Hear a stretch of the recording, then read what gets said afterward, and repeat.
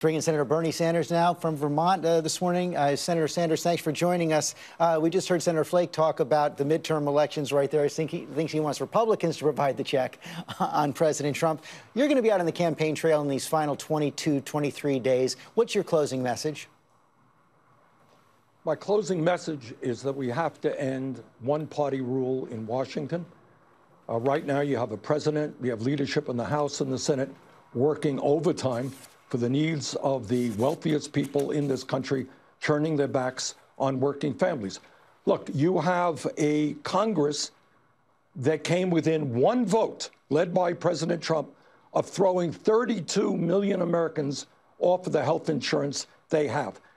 You have a Congress led by the president that voted to give over $1 trillion in tax breaks to the top 1% at a time of massive income and wealth inequality and drive the deficit way up.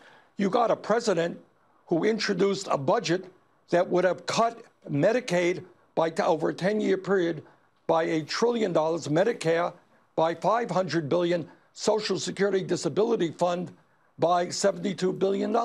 That's got to change. And by the way, you raised the issue, George, of climate change. And the comments a moment ago that Larry Kudlow made are so irresponsible, so dangerous, that it's just hard to believe that a leading government official could make them.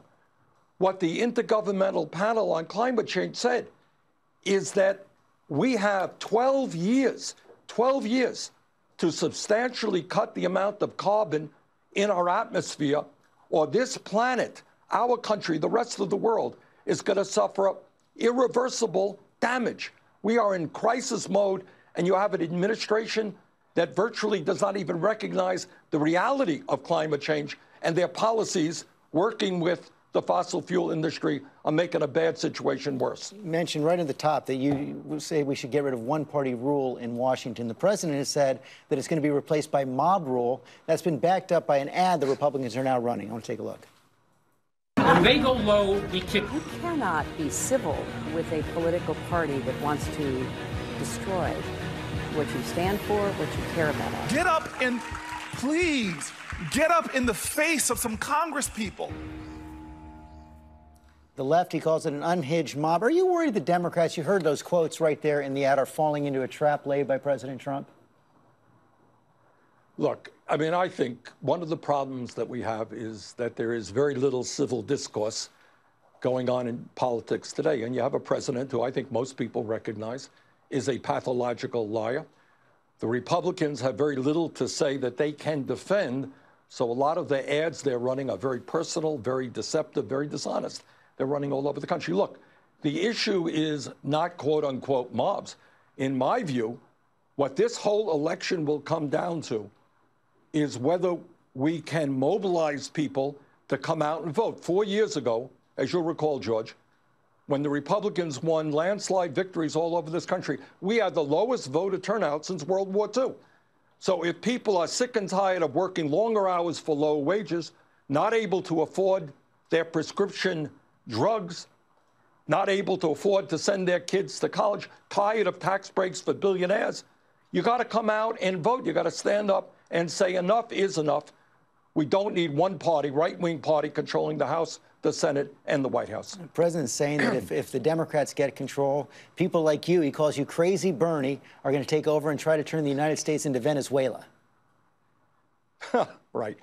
Well, you know, what can we say about a president who literally does not go a day without saying massive lies? So let's talk about what Bernie would do. Yeah, Bernie would like to end a situation in which we remain the only major country on earth not to guarantee health care to all people. And Bernie wants to expand and improve the Medicare program so that seniors now have dental care and have hearing aids and now have vision care that they don't have right now. Bernie wants to end the absurdity of hundreds of thousands of bright young kids not being able to afford to go to college and millions leaving school deeply in debt.